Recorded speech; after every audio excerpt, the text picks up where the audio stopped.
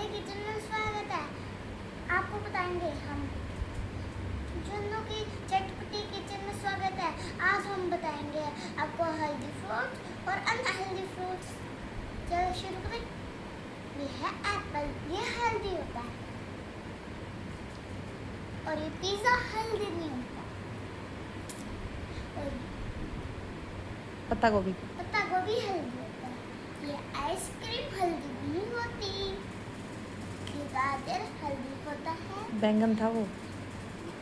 ये बैंगन हेल्दी होता है। ये गाजर हेल्दी होता है। ये फ्रेंच फ्राई हेल्दी नहीं होती।